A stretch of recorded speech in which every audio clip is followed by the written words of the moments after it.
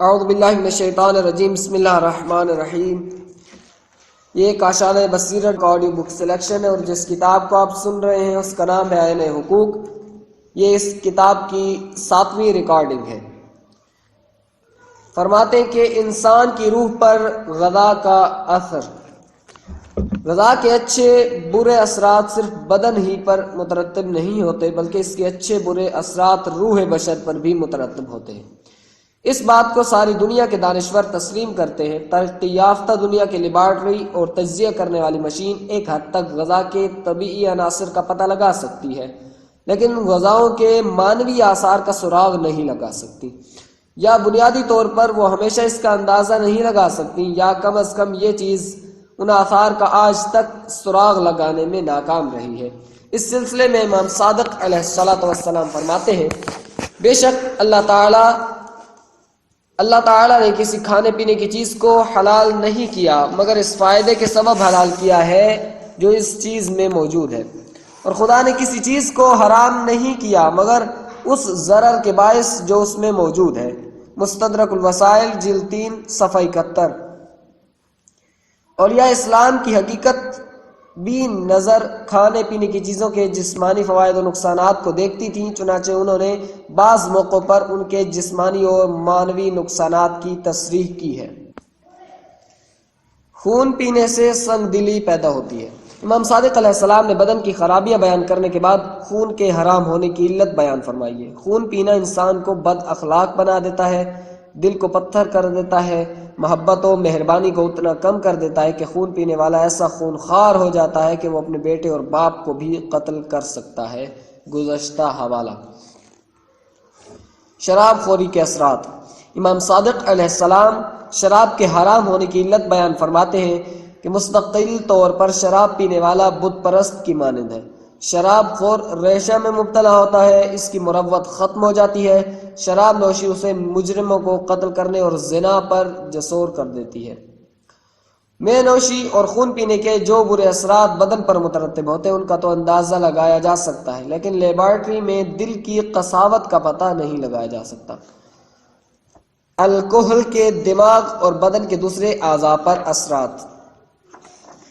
Number 1، الکحل کا اثر یہ ہے کہ وہ دماغ کے خلیوں کو بیکار کر دیتا ہے۔ اکثر دماغ کی رگ پھٹنے یا دماغ میں خون جمنے کا باعث ہوتا ہے اور خون کے دوران کو روکتا ہے اور بلڈ پریشر کا باعث بنتا ہے۔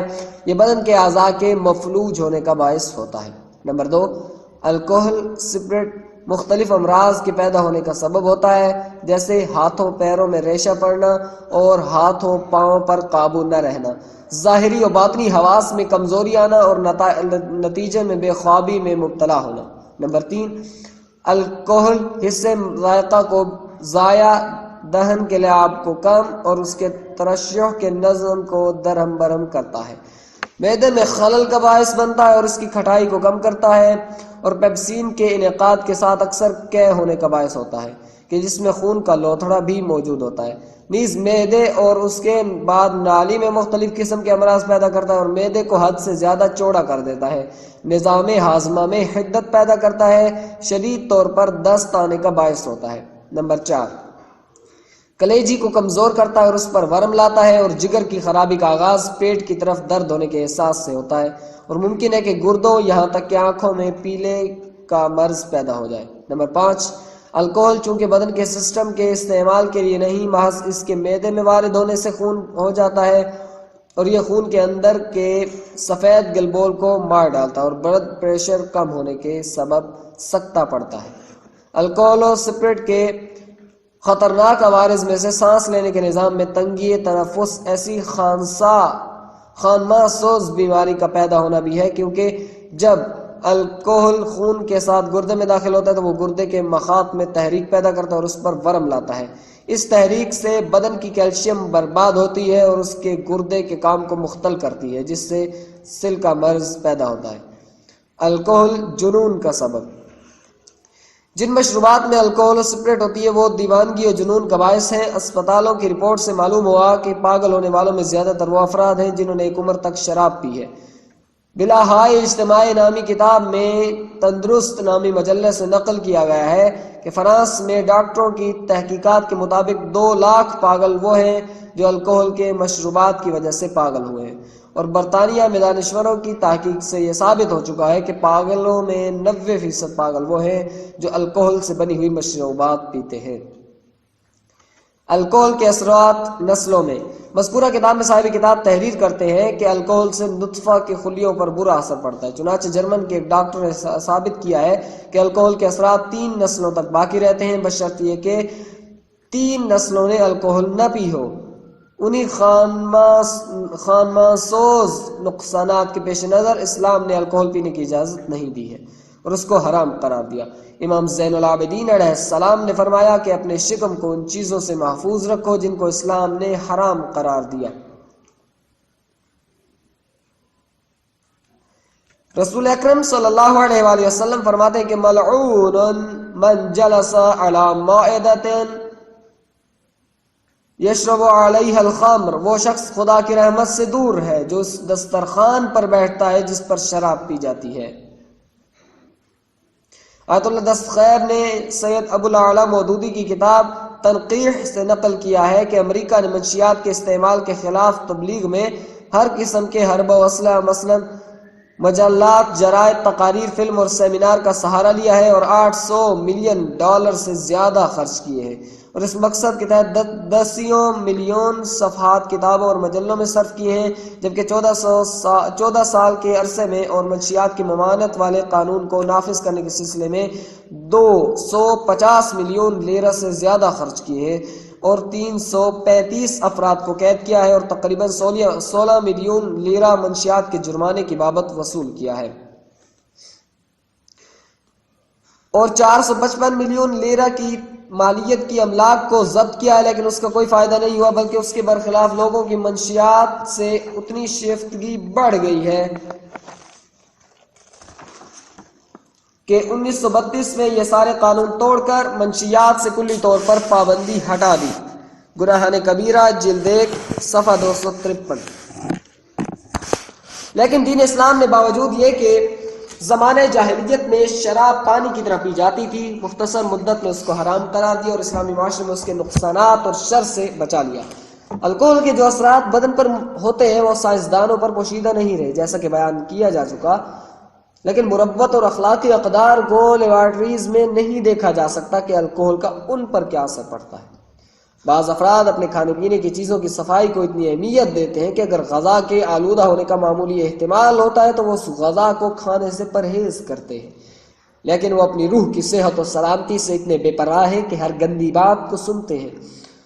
اس کے بارے میں حضرت امیر المومنین علیہ السلام فرماتے ہیں کہ مجھے ان لوگوں پر تعجب ہوتا ہے جو کھانا کھاتے وقت چراغ روشن کر لیتے ہیں تاکہ یہ دیکھ لیں کہ کیا کھا رہے ہیں، لیکن وہ اپنی روح کی غذا کو اہمیت نہیں دیتے کہ وہ اپنی عقل و خرد کے چراغ کو روشن کرتے اور اس طرح اپنے عقید و اعمال میں نادانی و خطا سے محفوظ رہتے۔ سفینۃ البحار جلد 2 صفحہ نمبر 84۔ امام حسن علیہ السلام فرماتے ہیں کہ مجھے اس شخص پر تعجب ہوتا ہے جو کہ اپنے کھانے کی چیزوں کے بارے میں تو سوچتا ہے لیکن روح کی غذا کے بارے میں غور نہیں کرتا۔ وہ اپنے پیٹ کو تو اس چیز سے محفوظ رکھتا ہے جو اس کے لیے مضر ہے، مگر اپنے سینے کو اس چیز سے محفوظ نہیں رکھتا جو اسے پست کرتی ہے۔ سفینۃ البحار جلد 2 صفحہ 84۔ اسلام کے دستورات میں ایک طویل بحث کھانے پینے اور صحیح غذا حاصل کرنے کے بارے میں لوگوں کی رہنمائی سے مربوط ہے، اور اس سلسلے میں روایات وارد ہوئی ہیں۔ مفید و مضر گوشت اور اس کی مقدار، اسی طرح چربی، مٹھائی، سبزی وغیرہ کے بارے میں بھی روایات آئی ہیں۔ ایک روز سوید بن غفلہ دوپہر کے کھانے کے وقت حضرت علی علیہ السلام کی خدمت میں شرفیاب ہوئے دیکھا کہ آپ دسترخوان پر تشریف فرما ہیں اور سوکھی روٹی تناول فرما رہے ہیں جس پر جو کا دانہ دانہ اشکار ہے۔ راوی کہتا ہے کہ میں آپ کی خدمت گزاروں کے پاس گیا اور ان سے کہا تم لوگ آقا کا خیال کیوں نہیں رکھتے، جو کا پیسا ہوا آٹا کیوں نہیں لاتے؟ فضہ نے کہا آقا کا حکم ایسا ہی ہے۔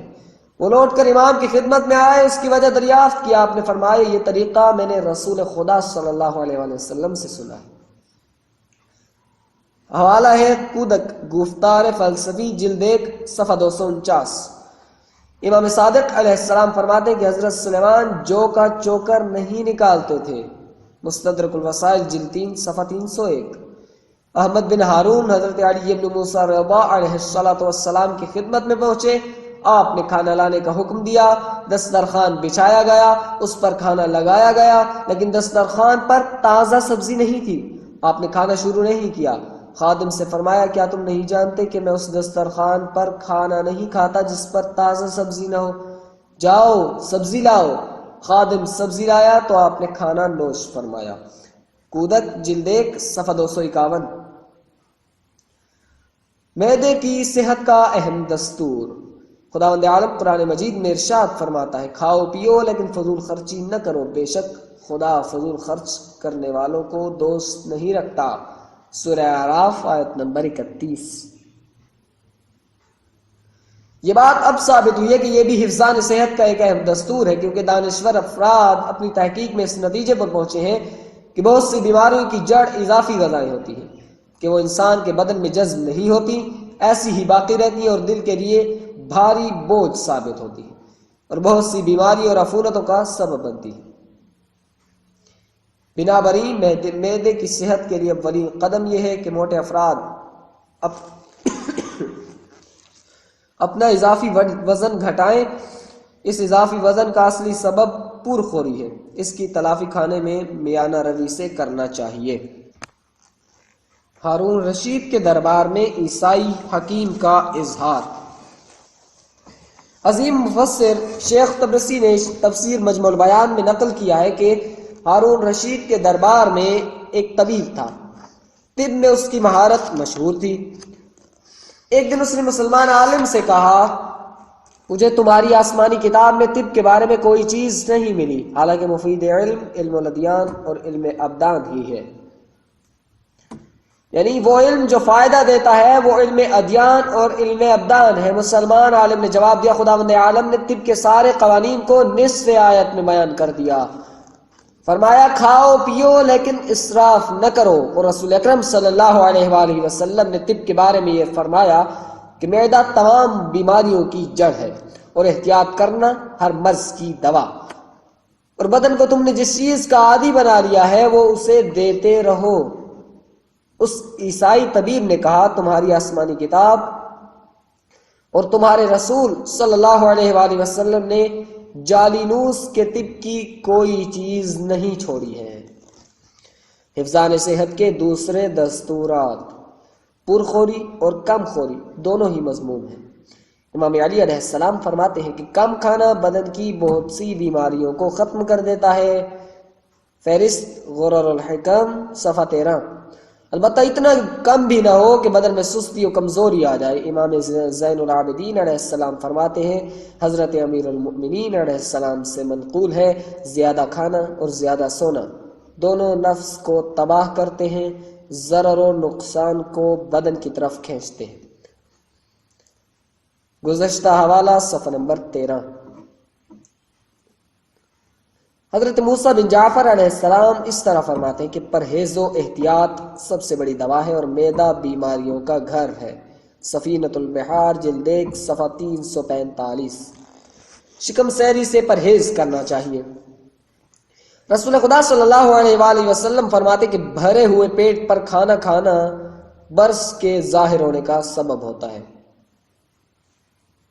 سفینۃ البحار جلد 1 صفحہ 25 اور مکارم الاخلاق صفحہ 147۔ آپ ہی کا ارشاد ہے کہ زیادہ کھانے اور زیادہ پینے سے دل کو مردہ نہ بناؤ، کیونکہ دل اس طرح مردہ ہو جاتا ہے اور اس طرح مر جاتا ہے جس طرح زیادہ پانی سے کھیتی مر جاتی ہے۔ مکارم الاخلاق جلد صفحہ نمبر 150۔ حرام کھانے سے اجتناب کرو۔ رسول خدا صلی اللہ علیہ وآلہ وسلم نے فرمایا جو آدمی ایک لقمہ حرام کھاتا ہے 40 شب تک اس کی نماز قبول نہیں ہوتی اور 40 دن تک دعا مستجاب نہیں ہوتی، اور اس سے جو گوشت پیدا ہوتا ہے وہ آگ میں جلنے کے لائق ہے۔ سفینۃ البحار جلد 1 صفحہ 24۔ نیز فرمایا جس وقت کسی شخص کے پیٹ میں لقمہ حرام جاتا ہے تو اس پر زمین و آسمان کے فرشتے لعنت کرتے ہیں، اور جب تک اس کے شکم میں لقمہ حرام رہتا ہے خدا اس کی طرف نہیں دیکھتا۔ جو حرام کا ایک لقمہ کھاتا ہے وہ خدا کے غضب میں مبتلا ہوگا، پھر اگر وہ توبہ کر لیتا ہے تو خدا بخش دیتا ہے، ورنہ وہ جہنم کا مستحق ہے۔ مکارم الاخلاق صفحہ نمبر 150۔ اس کے برخلاف حلال کھانے کے بارے میں فرماتے ہیں کہ جو شخص 40 دن تک حلال کھانا کھانے پر مداومت کرے خدا اس کے دل کو منور کر دیتا ہے اور علم و حکمت کے چشمے کو اس کے دل سے زبان پر جاری کر دیتا ہے۔ محجت البیضاء جلد 3 صفحہ 204۔ صحت و سلامتی کا راز۔ رسول اکرم صلی اللہ علیہ وآلہ وسلم فرماتے ہیں جو شخص کھانا کھانے میں پاکیزگی اور صفائی کا خیال رکھتا ہے اور اچھی طرح چبا کر کھاتا ہے اور اس وقت کھانے سے ہاتھ کھینچتا ہے جب کچھ بھوک باقی رہتی ہے اور جب پاخانہ لگتا ہے تو اسے نہیں روکتا ہے تو وہ مرض موت کے علاوہ کسی مرض میں مبتلا نہ ہوگا۔ مکارم الاخلاق صفحہ نمبر 146۔ امام زین العابدین علیہ السلام فرماتے ہیں پیٹ کے حق میں ہمیں افراط و تفریط سے کام نہیں لینا چاہیے، بلکہ خوراک کے سلسلے میں ہمیں اعتدال و احتیاط سے کام لینا چاہیے۔ ہم یہاں پرخوری کے نقصانات اور شکم کے حق کی رعایت نہ کرنے کے مضر اثرات کو سپرد قلم کرتے ہیں۔ بھوک انسان کی خطرناک حالت ہے۔ بھوکا انسان گویا دین و ایمان کو بھول جاتا ہے اور محبت و مہربانی کو فراموش کر دیتا ہے اور پیٹ بھرنے کے لیے وہ غضبناک درندے جیسا بن جاتا ہے۔ 3 صدی ہجری میں بصرہ میں ایک عظیم انقلاب آیا۔ چند سال تک صاحب زنج نے بصرہ پر اپنے چند سالہ تسلط کے دوران کشت و کشتار کا بازار گرم رکھا۔ ہزاروں مرد اور خواتین نیز بچوں کو موت کے گھاٹ اتار دیا۔ جو باقی بچ گئے تھے وہ خوف کے مارے چھپے رہتے تھے اور رات میں غذا حاصل کرنے کے لیے خوف زدہ اور لرزتے کانپتے باہر نکلتے تھے۔ کاروبار بالکل ٹھپ ہو گئے تھے، کھیتی باڑی اور غلہ بانی کا کام چوپٹ ہو گیا تھا۔ پورے علاقے پر قحط سالی اور بھوک مری طاری تھی۔ ایک مدت تک لوگ کتے بلی کا گوشت کھاتے رہے، اس کے بعد اپنے مردوں کا گوشت کھانے لگے، کبھی تو اپنے نیم جان آدمی ہی کو کھا جاتے تھے۔ تاریخ میں ہے کہ اس زمانے میں ایک عورت دیکھی گئی جو ایک سر ہاتھ میں لے کر رو رہی تھی۔ لوگوں نے اس سے رونے کا سبب معلوم کیا تو اس نے جواب دیا، بھوکے لوگ میری کمزور و ناتواں بہن کے پاس جمع ہو گئے کہ وہ مر جائے تو اس کا گوشت کھائیں۔ ابھی وہ مری نہیں تھی کہ انہوں نے اس کی تکہ بوٹی نوچ لی اور اس کا گوشت بانٹ لیا، لیکن انہوں نے میرے اوپر یہ ظلم کیا کہ اس کا سارا گوشت انہوں نے آپس میں بانٹ لیا اور مجھے صرف اس کا سر دیا ہے، گوشت میں سے مجھے کچھ بھی نہیں دیا۔ بحوالہ تتمۃ المنتہا صفحہ 380، مروج الذہب جلد 4 صفحہ 108۔ بھوک کی وجہ سے بہن نے اس طرح مہر و محبت کو فراموش کر دیا ہے کہ اسے اپنی بہن کے مرنے کی فکر نہیں ہے، بلکہ وہ اس بات پر رو رہی ہے کہ اس کی بہن کا گوشت اسے کیوں نہیں دیا گیا۔ شکم کا فقہی حکم۔ فقہا نے اس شخص کے بارے میں کہ جو کسی کے شکم پر اس طرح ضرب لگائے کہ وہ پیشاب و پاخانہ نہ روک سکے تو اسے 1/3 دیت دینا پڑے گی۔ درج ذیل عبارت کا ترجمہ جو کہ ظاہر کرتا ہے کہ جو شخص کسی آدمی کے شکم پر اس طرح ضرب لگائے کہ وہ اپنا پائخانہ نہ روک سکے تو اسے 1/3 دیت ادا کرنا پڑے گی، یا اس کے شکم پر اس طرح ضرب لگائے کہ جس سے اس کا لباس آلودہ ہو جائے۔ مبانی تکملۃ المنہاج جلد 2 صفحہ 371۔ پھر فرماتے ہیں یہی اکثر علماء کا نظریہ ہے اور سکونی کے واسطے سے جو روایت وارد ہوئی ہے وہی اس پر دلالت کرتی ہے۔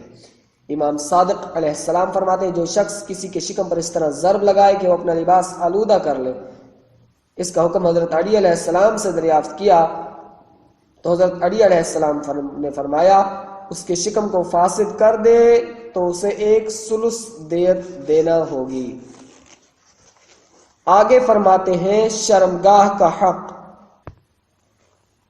وحق فرجك أن تحسنه عن الزنا وحفظه عما لا يحل لك والاستعانة عليه بغض البصر فإنه من أعون الأعوان وضبطه إذا هم بالجوع والظمأ وكثرة ذكر الموت والتهدد لنفسك بالله والتخويف لها به وبالله العصمة والتأييد ولا حول ولا قوت الا باللہ۔ تمہارے اوپر تمہاری شرمگاہ کا حق یہ ہے کہ اسے اس چیز سے محفوظ رکھو جو تمہارے لیے حلال نہیں ہے، اور اس سلسلے میں تم آنکھ بند کرنے سے مدد حاصل کرو کہ یہ بہترین مددگار ہے۔ دوسرے موت کو یاد کرنے اور اپنے نفس کو خوف خدا سے ڈرانے سے مدد حاصل کرو، اور اس سلسلے میں عصمت و تحفظ اور تأیید خدا ہی کی طرف سے ہوتی ہے، اور اس کی طاقت و قوت کے علاوہ کوئی طاقت و قوت نہیں ہے۔ فرج کے جس کی جمع فروج ہے، اس کے معنی ہیں دو چیزوں کے درمیان خلل و رخنا، سوراخ، شگاف وغیرہ۔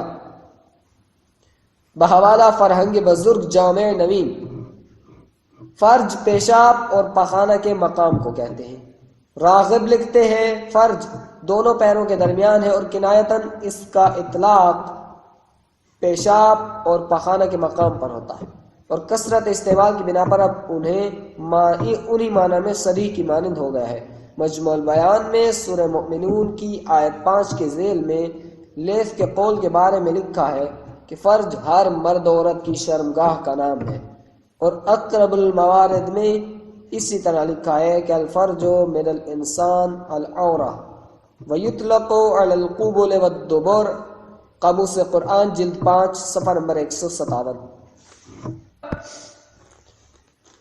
اس سے واضح ہوتا ہے کہ فرج کے معنی شگاف اور دو چیزوں کے درمیان کے فاصلے کے ہیں، اور ایسے موقع پر شرمگاہ کے معنی میں کنایتاً استعمال ہوتا ہے۔ ہم نے اس کے کنائی معنی کو محفوظ رکھتے ہوئے فارسی میں اس کے معنی دامن رکھے ہیں۔ فرج کی حفاظت سے مراد، جیسا کہ روایات میں وارد ہوا کہ اسے دوسروں کی نگاہوں سے چھپانا ہے۔ امام صادق علیہ السلام کی ایک حدیث میں آیا ہے کہ آپ نے فرمایا، قرآن مجید کی جس آیت میں بھی حفظ فروج شرمگاہوں کی حفاظت کا ذکر ہے، وہاں حفظ سے مراد اسے زنا سے محفوظ رکھنا ہے، مگر اس آیت میں حفظ سے مراد یہ ہے کہ اسے دوسروں کی نگاہوں سے پوشیدہ رکھے۔ نمبر تفسیر نور الثقلین جلد 3 صفحہ 588۔ یہ حدیث سورہ نور کی 31ویں آیت کے ذیل میں نقل ہوئی ہے۔ جنسی میلان و رغبت۔ جنسی میلان انسان کی زندگی میں لذت و کامیابی کا سبب ہے۔ یہ اپنی جاذبیت و کشش کی طاقت سے مرد و عورت کے اندر شدید ہیجان پیدا کرتا ہے، چنانچہ وہ عشق و محبت کے ساتھ ایک دوسرے سے ملنا چاہتے ہیں۔ یہی وجہ ہے بیاہ شادی کا مسئلہ ہر زمانے میں دینی و علمی محفلوں میں موضوع بحث رہا ہے، اور اس کے بارے میں افراطی و تفریقی اور درمیانی نظریات سامنے آئے ہیں۔ شدت پسند نظریہ۔ جو لوگ جنسی آزادی کے قائل ہیں ان میں متاخرین میں سے فرائڈ اور اس کے پیرو ہیں۔ یہ لوگ جنسی میلان کے بارے میں حد سے آگے بڑھ گئے ہیں۔ فرائڈ نے جنسی میلان کے ابھرنے پر اپنی تقریروں میں بہت زور دیا ہے، اور جنسی مسئلہ جو کہ اس کے نظریہ و مکتب کا بنیادی ستون ہے کے معنی کی اس نے بہت وسیع تفسیر کی، اور نتیجے میں اس نے انسان کے بہت سے فطریات اور اس کے مستقل میلانات کو جنسی میلان ہی سے مشتق جانا ہے۔ اہم بات یہ کہ اس نے اس میلان کو انسانی تہذیب و تمدن کی بنیاد قرار دیا ہے۔ فرائڈ کے نقطہ نظر سے جنسیت سے جو لذت طلبی ابھرتی ہے وہ بالغ افراد ہی سے مخصوص نہیں، بلکہ یہ لذت طلبی زندگی کے ہر دور میں انسان کے اندر موجود ہوتی ہے۔ چنانچہ چھوٹے بچے اسی محرک کی بنا پر ماں کا پستان چوستے ہیں اور اس سے لذت اندوز ہوتے ہیں۔ فرائڈ کے نقطہ نظر سے کچلے ہوئے میلانات و خواہشات ہی تحلیل روحی اور روحانی بیماریوں کے معالجے کی بنیاد ہے۔ اس کا خیال ہے کہ جب جنسی میلانات معاشرے کی بندشوں کی یا دوسرے اسباب کی بنا پر کچل دیے جائیں یا انہیں دبایا جاتا ہے تو وہ ضمیر کے اندر خلجان اور ایک قسم کا دباؤ پیدا کرتے ہیں اور انسان کو روحی بیماری میں مبتلا کر دیتے ہیں۔ فرائڈ کے نقطہ نظر سے جتنی بھی کجرویاں ہیں اور روحانی توازن کا جو فقدان ہوتا ہے اس کا آغاز جنسی میلان ہی سے ہوتا ہے، اور معالج اور ڈاکٹر کو ان کیفیتوں سے آگاہ ہونا چاہیے جو مریض پر گزشتہ ادوار میں طاری ہوتی ہیں۔ بحوالہ بزرگ سال و جوان گفتار فلسفی جلد 1 صفحہ 205۔ اس میں اندیش ہائی فروید صفحہ 35-70 سے منقول ہے۔ فرائڈ کے مخالف ڈاکٹری نظریے نقطہ نظر سے یہ کہتے ہیں کہ فرائڈ نے شہوانی میلان کے خلل ہی کو روحی انحرافات کا سرچشمہ کیوں قرار دیا ہے اور اس کا علاج اسی سے کیوں شروع کیا ہے۔ فرائڈ کی سب سے بڑی غلطی یہ ہے کہ اس نے روحی اور عصبی بیماریوں کا سبب اس جنسی میلان کی تبدیلیوں کو قرار دیا ہے جو غیر معمولی ہیں، اور اس نے ہر شخص کے مادی، مالی اور سماجی ماحول کے عوامل کو نہیں دیکھا جو کاریگر، بیکاری اور کام نہ ملنے کی وجہ سے بیوی بچوں کے اخراجات کی فکر میں نفسیاتی طور پر مریض ہو جاتا ہے، تو اس کی روح کے مرض کا سرچشمہ جنسی میلان نہیں قرار دیا جا سکتا، اور اس عارضے کو برطرف کرنے کے لیے کام، تگ و دو اور پیسے کی ضرورت ہے۔ اس کا علاج جنسی پیاس بجھانے سے نہیں ہوگا۔ گزشتہ حوالہ لیکن عبارت میں اس سے روان شناسی فروید صفحہ 22 سے منقول ہے۔ کلیسا اور جنسی روابط۔ پیروان کلیسا، کچھ دوسرے مذاہب اور بعض فلاسفر اور کچھ ماہرین اخلاق نے جنسی میلاپ و آمیزش کو ایک حیوانی حرکت جانا ہے اور اسے منفور و پلید قرار دیا ہے۔ یہ جنسی میلان کے بارے میں تفرید کے شکار ہیں۔ انہوں نے اس میلان کو کچل دیا ہے۔ سن یرن، جو کہ اولیاء کے سلسلے کی آخری کڑی تھا، وہ ہمیشہ زور دے کر یہ بات کہا کرتا تھا کہ ہمیں چاہیے کہ بیاہ شادی کے درخت کو تجرد کی کلہاڑی سے کاٹ ڈالیں۔ کلیسا کے طریقہ کار کو ہم دیکھتے ہیں کہ پولس، جو کہ کلیسا کے روحانی پیشواؤں اور اس کے اولیاء میں سے ایک تھا، اس نے زندگی بھر شادی نہیں کی اور کسی عورت کو اپنے شریک حیات نہیں بنایا، بلکہ مردوں اور عورتوں کو یہ تشویق کرتا رہا کہ وہ شادی نہ کریں۔ پولس کے پہلے رسالہ میں قرنتیوں سے خطاب میں لکھا ہے کہ لیکن جس چیز کے بارے میں تم نے مجھے لکھا تھا تو مرد کے لیے بہتر یہ کہ وہ عورت کو نہ چھوئے۔ ہاں، زنا سے بچنے کے لیے ہر مرد کو عورت رکھنا چاہیے اور ہر عورت کو شوہردار ہونا چاہیے۔ شوہر کو بیوی اور بیوی کو شوہر کا حق ادا کرنا چاہیے۔ آگے چل کر لکھتے ہیں کہ میری آرزو ہے کہ وہ مجھ جیسے ہوتے، مگر ہر شخص خدا کی خاص عطا کا حامل ہے، ایک ایسا ہے تو دوسرا ایسا ہے، لہذا غیر شادی شدہ اور بیوہ عورتوں سے میری گزارش یہ ہے کہ ان کے لیے یہی بہتر ہے کہ وہ میری طرح رہیں، لیکن وہ اگر اپنے اوپر قابو نہیں رکھ سکتے تو انہیں نکاح کر لینا چاہیے، کیونکہ نکاح کرنا جہنم میں جلنے سے بہتر ہے۔ بحوالہ بزرگ سال جوان، گفتار فلسفی، جلد 1 صفحہ 195۔ اسلام کا طریقہ معتدل نظریہ۔ اسلام افراط و تفرید کے طریقوں کی مذمت کرتا ہے، چنانچہ حضرت امیر المومنین علیہ السلام جہالت و نادانی کو افراط و تفرید کا سرچشمہ قرار دیتے اور فرماتے ہیں کہ لا یری الجاہل الا مفرطا او مفرطا، جاہل ہمیشہ افراط یا تفرید کرتے ہی دیکھا جاتا ہے۔ جنسی میلان کے سلسلے میں میانہ روی ایک ایسا طریقہ ہے جو خدا کی رضا کے مطابق اور آفرینش کے طریقے کے موافق ہے۔ اس طریقے میں نہ جنسی و شہوانی خواہش کو بے لگام چھوڑا گیا ہے اور نہ اس کو یکسر کچلا گیا ہے، بلکہ یہ فطری میلان و خواہش صحیح اندازے کے ساتھ قانون و اخلاق کا حامل ہے اور فرد و سماج کی مصلحت کی حدود میں اس کو پورا کرنے کے اسباب فراہم ہوتے ہیں، اور یہ خدا کے پیغمبروں کا طریقہ ہے کہ وہ ایک طرف تو حکم خدا سے لوگوں کو شادی و نکاح کرنے کی تشویق کرتے ہیں اور دوسری طرف جنسی کجرویوں کے خلاف جنگ کرتے ہیں اور انسانی معاشرے کو اس سے بچاتے ہوئے نظر آتے ہیں۔ اسلام اور شادی۔ خداوند عالم سورہ مؤمنون میں با ایمان لوگوں کی ایک نمایاں صفت کو اس طرح بیان کرتے ہیں کہ والذین هم لفروجہم حافظون الا علی ازواجہم او ما ملکت ایمانہم فانہ غیر ملومین، اور جو لوگ اپنی شرمگاہوں کی یعنی بے عفتی سے حفاظت کرتے ہیں، صرف اپنی بیویوں اور کنیزوں ہی سے جنسی لذت حاصل کرتے ہیں، کیونکہ ان سے لذت اندوز ہونے میں ملامت نہیں کی جا سکتی، بس جو اس سے ہٹ کر دوسرا طریقہ اختیار کرتا ہے تو وہی حد سے گزر جانے والا ہے۔ سورہ مؤمنون 5 تا 7 نمبر آیت۔ چونکہ شہوت انسان کی ایک منہ زور قوت ہے، اس لیے اسلام اپنے ماننے والوں کو یہ حکم دیتا ہے کہ تم اپنی بیویوں اور کنیزوں ہی سے جنسی لذت حاصل کرو جو تمہارے اختیار میں ہے۔ یہ تعبیر دائمی اور غیر دائمی دونوں بیویوں کو شامل ہے۔ ممکن ہے غیر ملومین سے اس غلط طرز فکر کی طرف اشارہ ہو کہ جس سے عیسائیت میں کجروی پیدا ہوئی ہے۔ وہ ہر قسم کی جنسی آمیزش اپنی شان کے خلاف تصور کرتے ہیں، یہاں تک کہ کیتھولک کا پاپ اس طرح تارک دنیا مرد و عورت تمام عمر تجرد کی زندگی بسر کرتے ہیں اور ہر قسم کی شادی کو روحانیت کے خلاف سمجھتے ہیں، جس کی طرف ہم پہلے بھی اشارہ کر چکے ہیں۔ رسول نے اسلام کی دستورات میں جنسی آمیزش پر خاص توجہ فرمائی ہے اور اپنے پیرووں کو تجرد اور غیر شادی شدہ رہنے سے ڈرایا ہے۔ رسول اکرم صلی اللہ علیہ وآلہ وسلم کا فرمان ہے، جو شخص میری فطرت کو پسند کرتا ہے تو اسے چاہیے کہ میری سنت کی پیروی کرے، اور میری سنت میں سے نکاح بھی ہے۔ قال رسول اللہ صلی اللہ علیہ وآلہ وسلم من احب فطرتی فلیتسنن بسنتی ومن سنتی النکاح، مکارم الاخلاق، صفحہ نمبر 196۔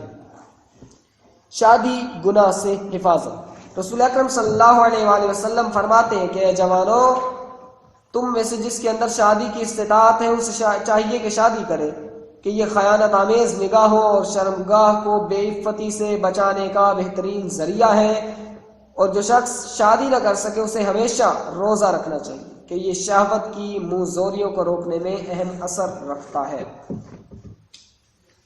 شادی زندگی کی مضبوط بنیاد ہے۔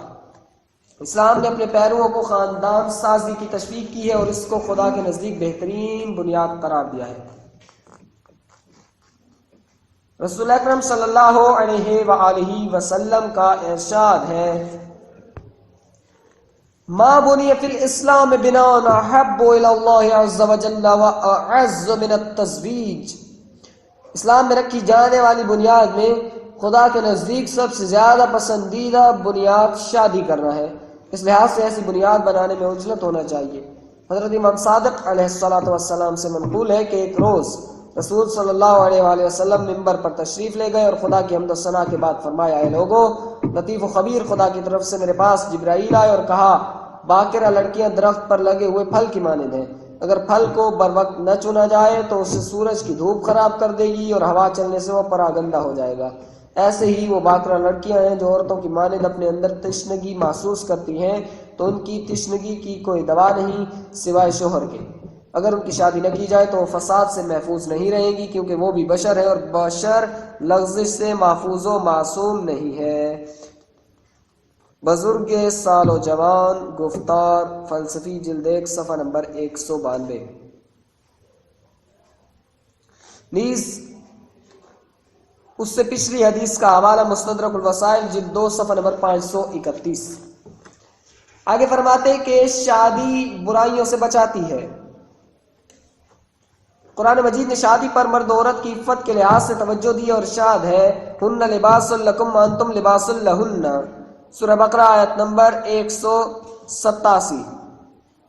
عورتیں مردوں کا لباس ہیں اور تم ان کا لباس ہو، بے شک لباس برائیوں کا پردہ ہے اور شرمگاہ کو چھپاتا ہے۔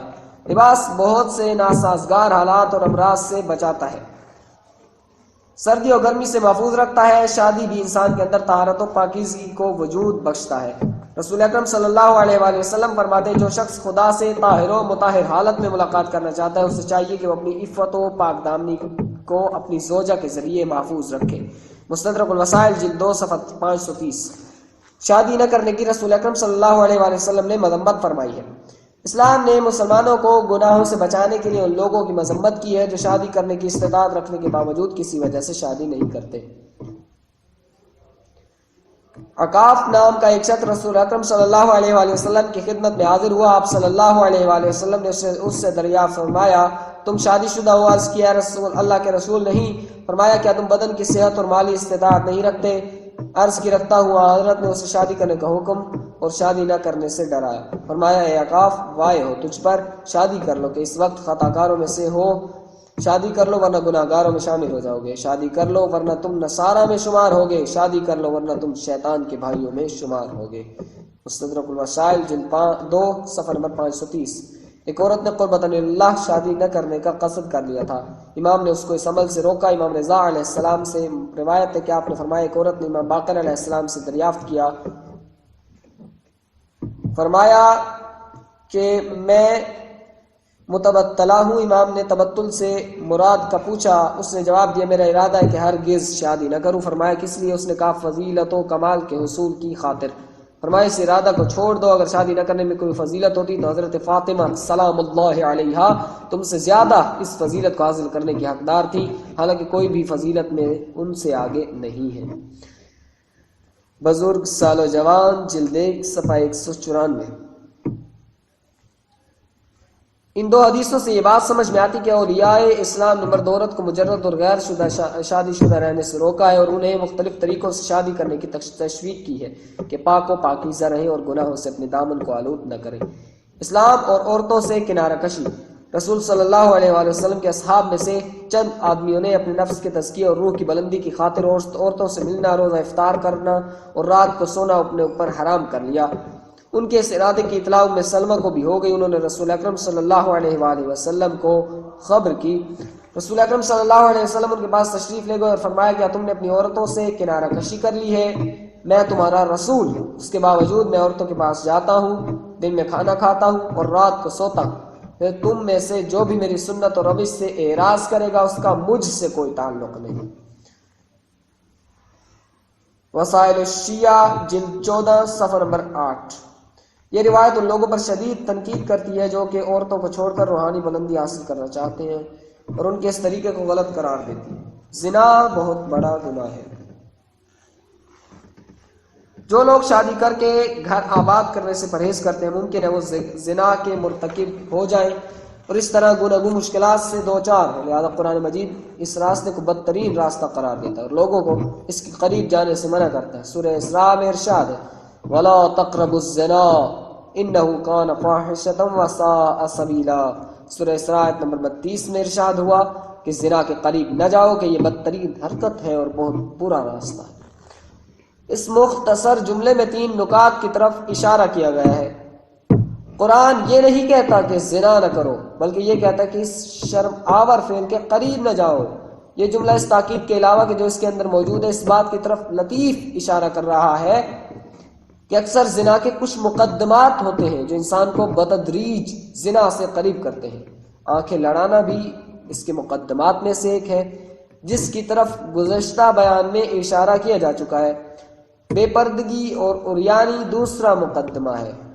سیکس کی کتابیں اور بلیو فلم اور کلب وغیرہ بجائے خود اس کام کا ایک مقدمہ ہے۔ اسی طرح نامحرم مرد اور عورت کا تنہائی کی جگہ اکٹھا ہونا بھی زنا کے لیے وسوسہ انگیز عامل شمار ہوتا ہے۔ دوسرا نقطہ کہ انہ کان فاحشہ کہ جس میں 3 تاکیدیں ان فعل ماضی اور لفظ فاحشہ کا استعمال اس گناہ کے بھیانک ہونے کو آشکار کرتا ہے۔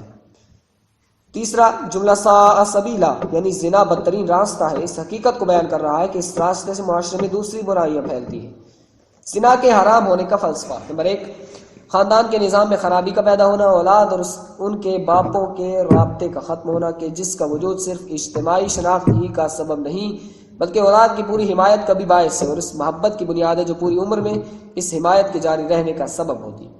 اس موضوع کی اہمیت کا سراغ لگانے کے لیے اتنا ہی کافی ہے کہ ہم لمحہ بھر کے لیے اس طرح سوچیں کہ اگر پورے معاشرے کو زنا کی اجازت دے دی جائے، بیاہ شادی کی رسم ختم کر دی جائے تو اس صورت میں جو بچے پیدا ہوں گے ان کی پرورش کا بار کون اٹھائے گا؟ نہ پیدائش کے وقت کوئی ان کی حمایت کرے گا اور نہ لڑک پن کے زمانے میں اس سے قطع نظر ظلم و تشدد سے مقابلہ کرنے میں محبت کا اہم کردار ہوتا ہے۔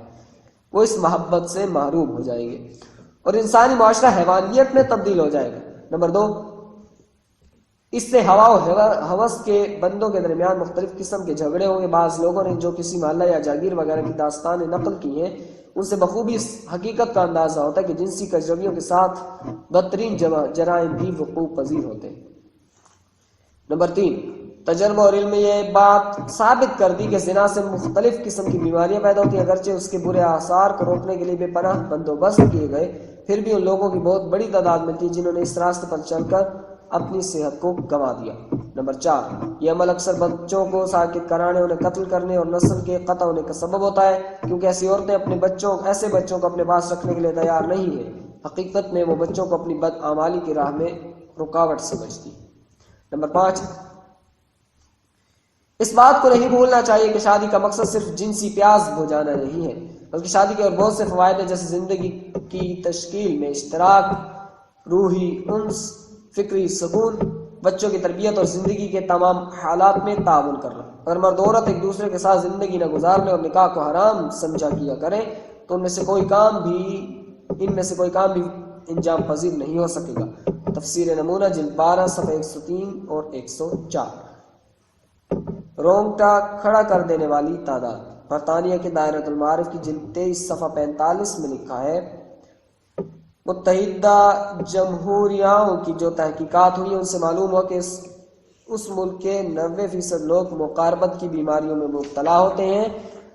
اس تعداد میں جن بیماریوں کا امریکہ کے سرکاری اسپتالوں میں علاج ہوتا ہے ان کی تعداد 3,60,000 سے زیادہ ہے۔ متحدہ جمہوریہوں کے تمام ہسپتالوں میں سے 650 ہسپتال اس بیماری سے مخصوص کیے گئے، جبکہ ان ہسپتالوں میں علاج کرانے والوں سے 1.5 گنا زیادہ لوگ وہ ہیں جو اپنے فیملی اور خصوصی ڈاکٹروں سے علاج کراتے ہیں۔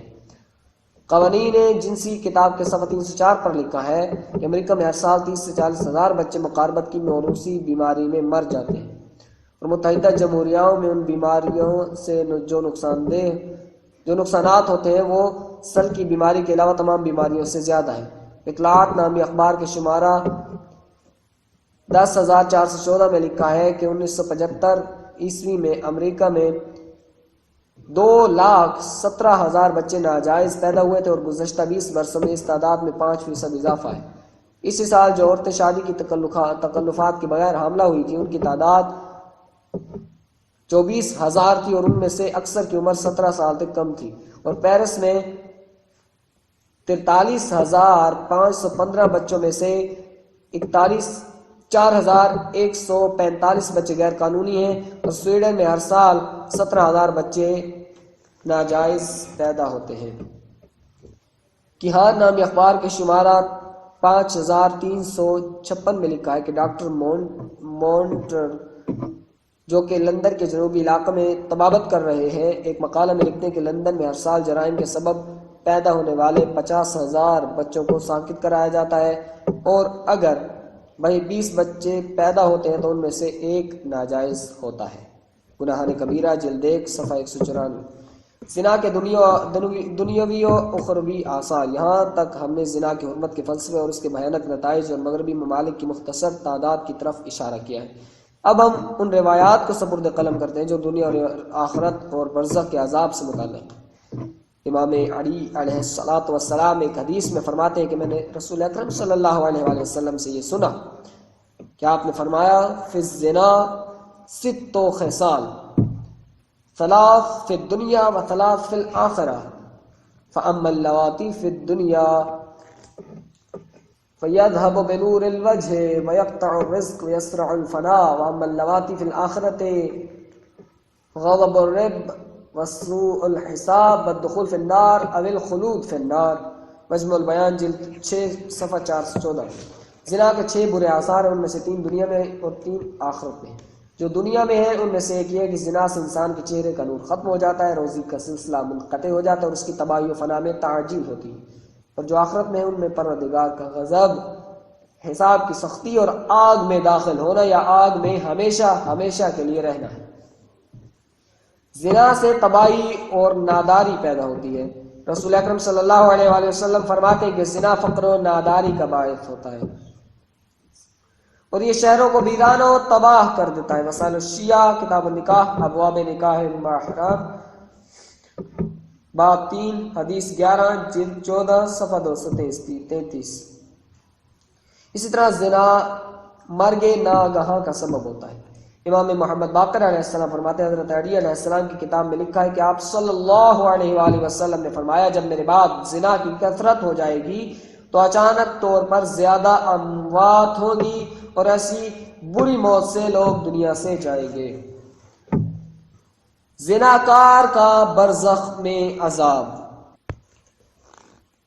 محمد بن علی بن الحسین نے اپنی اسناد کے ذریعے شعیب بن واقد سے، انہوں نے حسین بن زید سے، انہوں نے اس حدیث میں جو مناہی سے متعلق ہے فرمایا آگاہ ہو جاؤ، جو شخص مسلمان یا یہودی یا نصرانی یا مجوسی عورت سے زنا کرے، خواہ وہ آزاد ہو یا کنیز، اور اس فعل سے توبہ نہ کرے، اس پر اصرار کرتے ہوئے مر جائے، تو خداوند عالم اس کی قبر میں 300 دروازے کھول لے گا، کھول دے گا کہ جن سے سانپ اور بچھو اور اژدہا نکلیں گے، اور وہ قیامت تک جلتا رہے گا، اور جب وہ قبر سے نکلے تو لوگوں کو اس کی بدبو سے اذیت ہوگی اور لوگ اسے اس کے بد عمل اور اس کی بدبو سے پہچانیں گے، آخرکار اس کو جہنم میں ڈال دیے جانے کا حکم دیا جائے گا۔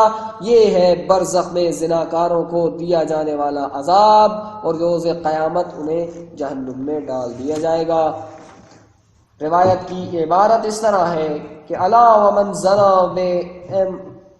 بامرأة مسلمہ او یہودیہ او نصرانیہ او مجوسیہ حرة او امة ثم لم يتب ومات مصرا علیہ فتح اللہ له في قبره 300 باب يخرج منها حیات وعقارب وثعبان من النار وهو يحترق الى يوم القيامة فاذا بعث من قبره تعرض الناس من نتن ريحه ويعرف بذلك وبما كان يعمل في دار الدنيا حتى يؤمر به الى النار۔